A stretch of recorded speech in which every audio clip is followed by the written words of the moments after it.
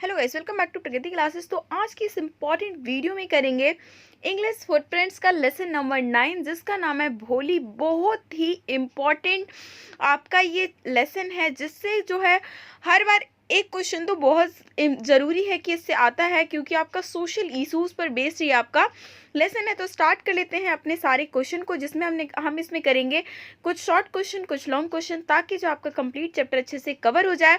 आपको कोशिश ये करनी है कि वीडियो देखते देखते अप टू 60% आपको लर्न हो जाना चाहिए। और अगर आप एग्जाम से पहले देख रहे हैं तब तो डेफिनेटली आपको 100% लर्न करने की तैयारी कर लेनी है। अगर एक बार नहीं तो वीडियो को आप 2 बार देख सकते हैं। क्वेश्चन नंबर 1 है, हाउ वॉज भोली different from the other children of Ramlal. Ramlal के और बच्चों में से भोली अलग कैसे थी। When भोली वॉज 10 months old, जब भोली 10 महीने की थी, वो एक खटिया, कॉट मतलब खटिया टाइप होता है जो पुराने ज़माने में हुआ करता था, तो खटिया पे से गिर गई थी। This damage a part of her brain, जिसकी वजह से उसके ब्रेन का एक पार्ट जो है डैमेज हो गया था और जिसकी वजह से उसके इंटेलिजेंस लेवल अफेक्ट हो गए थे। सी बिकेम अ स्लो लर्नर, वो बहुत ही स्लो लर्नर हो गई थी, मतलब चीज़ों को सीखती तो थी लेकिन बहुत ही slow. A retarded child, so she was called Bholi a simpler, इसी वजह से उसका नाम भोली रख दिया गया। When she was 2 years old, जब 2 साल की हुई तो उसको स्मॉल पॉक्स का अटैक आ गया, जिसकी वजह से उसके फेस पे पोक मार्क्स आ गए और जिसकी वजह से वो अगली दिखने लग गई। तो एक तो उसके पास इंटेलिजेंस लेवल नहीं था और दूसरा वो अगली दिखने लग गई। और वहीं बात करें रेस्ट, जो उसके भाई और बहन थे वो सारे के सारे नॉर्मल थे। नेक्स्ट है, why did the Tehsildar ask Ramlal to send his daughter to the school. अब जो रामलाल कौन है, भोली के फादर का नाम रामलाल है, उसको तहसीलदार क्यों बोलता है कि हाँ तुम अपनी बेटी को स्कूल भेजो। बेसिकली ये पुराने ज़माने का मतलब कि एक लेसन है जिसमें बेटियों को स्कूल भेजना सही नहीं माना जाता, बट स्टिल तहसीलदार ने क्यों कहता है रामलाल से। The tehsildar had inaugurated a primary school for girls in Ramlal village to encourage the girls education. Tehsildar ने एक प्राइमरी स्कूल का इनागुरेशन किया था लड़कियों के लिए, ताकि जो है गाँव में भी गर्ल्स एजुकेशन को इनकरेज किया जा सके। As Ramlal was a revenue official, he was a government representative in the town. Ramlal क्योंकि एक रेवेन्यू ऑफिशियल था, ठीक है ना, रामलाल भी एक अच्छा पोस्ट पे था, एक गवर्नमेंट रिप्रेजेंटेटिव था टाउन का। तो जिस वजह से तहसीलदार ने कहा कि रामलाल को कि तुम अपनी बेटी को स्कूल भेजो और एक और लोगों के लिए एक एग्जाम्पल सेट करो, ठीक है। और तहसीलदार की बातों को मना कर नहीं सकता था, जिस वजह से उसने सोचा कि भोली तो ऐसे भी बदसूरत है ना, इंटेलिजेंस है, तो क्यों ना हम इसी को स्कूल भेज देते हैं। नेक्स्ट क्वेश्चन है, why was Bholi reluctant to go to school with her father. Bholi जो है अपने फादर के साथ स्कूल जाने के मतलब इच्छा क्यों नहीं रखती है। रिलुक्टेंट मतलब अनिच्छा से, ठीक है ना, मतलब बिल्कुल भी इच्छा नहीं है। तो इसके पीछे का रीजन क्या है। भोली did not know about what a school was like. भोली को नहीं पता था कि स्कूल कैसा होता है। She was never heard about, उसने इसके बारे में कभी सुना ही नहीं था। When her father held her hand and told her that they were going to school, she got frightened, fearing to be dragged out of the house. जब उसके पापा उसको हाथ में पकड़ के ले जाते हैं और बोलते हैं कि स्कूल, तो वो बहुत डर जाती है कहीं मुझे घर से बाहर तो नहीं निकाला जा रहा, क्योंकि उसको एक स्टोरी याद आ जाती है कि घर की गाय को किस तरीके से बाहर ले जाकर जो है सोल्ड आउट किया गया था। She thought that perhaps her parents were punishing her by sending her to school. उसे ऐसा लगता है कि शायद उसके घर वाले उसे सजा दे रहे हैं स्कूल भेजकर। So she cried in terror and pulled her hand away from the father's give, जिस वजह से वो डर के चिल्लाती है और अपने पापा से अपना हाथ छुड़ा देती है, ठीक है ना। नेक्स्ट क्वेश्चन है, how did the teacher help Bholi to pronounce her full name clearly. अब आपका नेक्स्ट क्वेश्चन क्या है कि टीचर जो है भोली को किस तरीके से हेल्प कराती है कि वो अपने नाम को अच्छी तरीके से, प्रॉपर तरीके से प्रोनाउंस कर ले।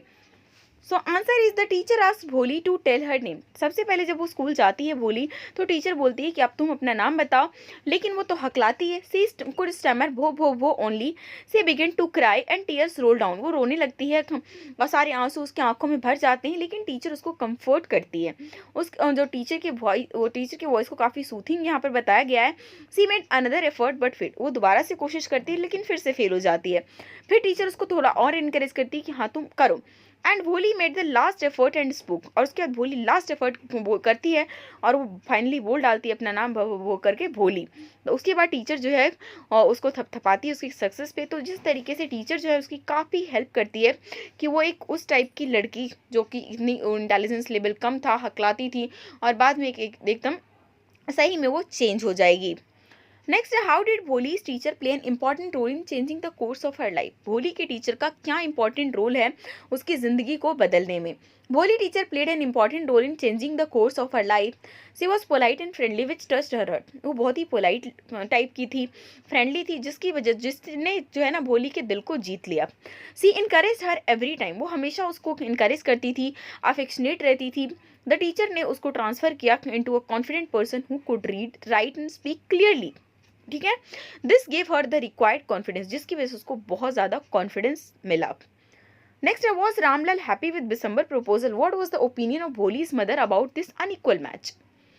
रामलाल फादर ऑफ भोली, क्या वो बिसम्बर के प्रपोजल से खुश थे और इस पर भोली की माँ का क्या ओपिनियन था इस अनइक्वल मैच पर। ठीक है, बिसम्बर वॉज वरीड अबाउट भोली। बिसम्बर जो है हमेशा भोली को लेकर चिंतित रहता था। क्योंकि ना तो वो अच्छी दिखती है ना ही इंटेलिजेंट है।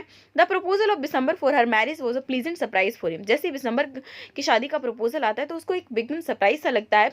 His wife gave her acceptance to this unequal match. और उसकी वाइफ भी इस अनइक्वल मैच को एक्सेप्टेंस दे देती है। She fair that Bholi was lucky to have such a rich bridegroom. बल्कि उसको ये लगता है कि भोली तो लकी है कि उसको इतना अमीर दूल्हा मिल रहा है।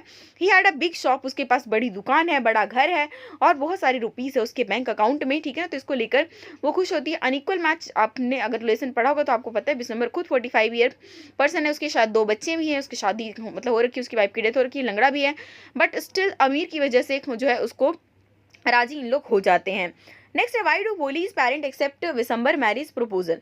बिसम्बर के मैरिज का प्रपोजल भोली के पेरेंट्स क्यों एक्सेप्ट कर लेते हैं, 3 रीजन बताना है। Bholi parents agreed to marry their daughter Bholi to Bisambar because Bisambar was a very rich grocer and did not demand any dowry. कोई दहेज भी नहीं मांगता है शुरू में, बाद में जब वो देख लेता है ना कि हाँ पॉक मार्क्स के निशान है तब वो दहेज की डिमांड करता है। लेकिन शुरू में लोग सोचते हैं कि अमीर भी है और उसने डिमांड भी नहीं करी डोरी की।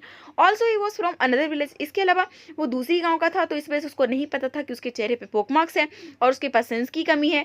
If they did not accept the proposal Bholi was likely to remain unmarried all her life.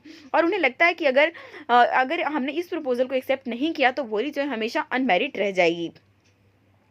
Next question है what 2 actions did Bholi take to stop her marriage to Bishamber. Bholi कौन से 2 एक्शन लेती है बिसम्बर से अपनी शादी को रोकने के लिए। Bholi marriage was going to take place with Bishamber who himself was 45 or 50 years old. He also lived and had 2 children from his first wife. Even then he demanded 5,000 rupees as dowry. Bholi stopped the marriage by throwing away the garland in fire. यहाँ पर fire होना चाहिए। ठीक है, तो भोली ने क्या अपनी जो वरमाला होती है उसको आग में फेंक देती है और सी थ्रू अबेल द और घूंघट को भी ऐसे फेंक देती है। And asked father to take back the money. और अपने पापा से कहती है तुम पैसे वापस ले लो, मैं शादी नहीं करूंगी इस दिसंबर से। नेक्स्ट क्वेश्चन है how did Bholi react to remarks of an old women who called her a shameless girl and a harmless dumb cow.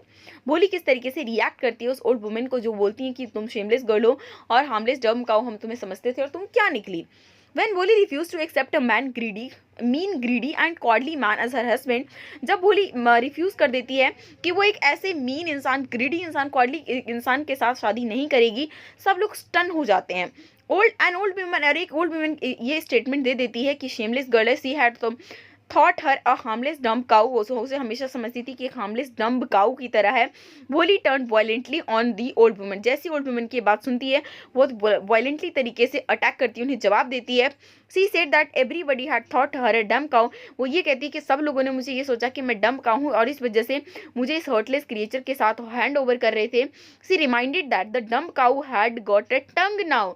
वो बोलती है कि अब जो डम्ब काउ के भी जुबान आ चुके हैं और वो बोल सकती है और अपना बचाव खुद कर सकती है। उसके बाद अब हमारा ये एक लास्ट क्वेश्चन आपका लॉन्ग क्वेश्चन है जिसमें हम पूरा कैरेक्टर स्केच भोली का कर देंगे।